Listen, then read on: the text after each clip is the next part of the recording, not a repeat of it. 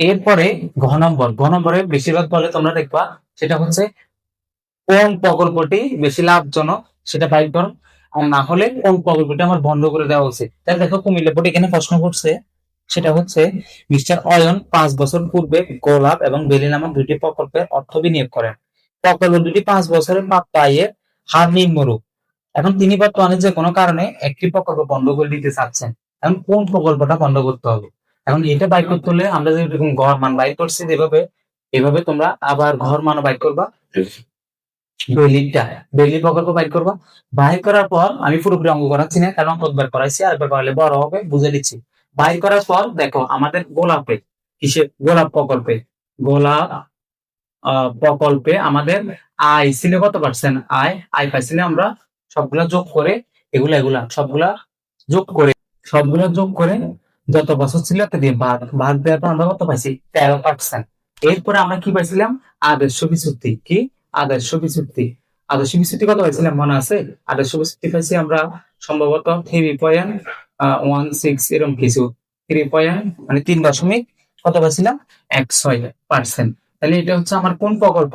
এটা হচ্ছে আমার গোলাপ প্রকল্প। এরপরে আমার বেলি প্রকল্প আছে। তাহলে আমরা বেলি প্রকল্প কিভাবে করব সেটা হচ্ছে আমরা সবগুলোকে কি করব, যোগ করব, মানে এই বছর পার্সেন্ট গুলা। তাই আমরা যোগ করি 13 যোগ 8 যোগ 21 যোগ 14 যোগ 9, সবগুলোকে একসাথে যোগ করো। যোগ করার পর কত পাবা? যোগ করার পর আমি পাচ্ছি 65। 65 কে আমরা কি করবো, আগের মতো বছর কয়টা, 5টা, তাহলে 65 কে 5 দিয়ে ভাগ দিলে আমরা কত পাচ্ছি, আগের মতো 13%। আগের মতো 13।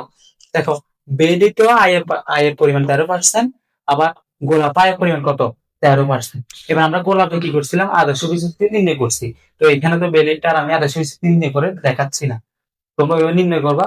নির্ণয় করার পর দেখো আমি আমার যেটা উত্তর পাইছি সেটা বলি। আমি উত্তর পাইছি হচ্ছে এখানে, তাহলে দেখো আমি এখানে বেলিটা যোগ করে আয়ের পরিমাণ কত পাইছি, 13%। এরপরে এখানেও গোলাপও 13% পাইছি। কিন্তু দেখো এখানে আদর্শ বিচ্যুতি 3.16%। এখানে আদর্শ বিচ্যুতি আমি বাহির করে দেখাই নাই, সময় নষ্ট হবে বিধায় গ নম্বর দেখাইছি। গ নম্বরের মতো তোমরা এটা কি এভাবে আদর্শ বিচ্যুতি বাহির করবা।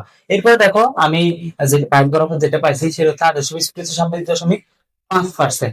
গ নম্বর এটা বোঝানোর কারণ অনেকে বোঝে না যে কোনটা প্রকল্প রাখবো, কোন প্রকল্পটা কি করব রাখবো না। এই আদর্শ বিচ্যুতি হচ্ছে এটা হচ্ছে মূলত কি ঝুঁকি। এটা কি ঝুঁকি, এটাকে ঝুঁকি বলে। তো আমরা কি করি, যে কাজ আমাদের ঝুঁকি বেশি, ঝুঁকি বেশি, আমরা কি ওই কাজে যাই, মানে ওইটাতে ইনভেস্ট করি না। তো দেখো আমাদের এই কাজে ঝুঁকি হচ্ছে 3.16%, লাভের পরিমাণ 13। আবার এখানে দেখো ঝুঁকি হচ্ছে 26.5%, লাভের পরিমাণ 13। তার মানে বোঝাচ্ছে এটাতে ঝুঁকি বেশি, লাভ কম। এটাতে ঝুঁকিও কম, লাভও বেশি। তো তাইলে বলো তোমরা কোন প্রকল্পটা বাদ দিবা? মানে তোমরা কোথায় যাবা? তোমার একটা বলো, তোমরা অবশ্যই কোথায় যাবা, এটাতে যাবা গোলাপ, তাহলে বেলিটা বা, তার মানে মিস্টার অয়নেরও কি করা উচিত, এই প্রকল্পটা, বেলি প্রকল্পটা বন্ধ করে দেওয়া উচিত। কারণ এখানে ঝুঁকির পরিমাণ বেশি, লাভের পরিমাণ কম বা সমান, এটা সমান। আবার এখানে ঝুঁকির পরিমাণ কম, লাভের পরিমাণ কি বেশি।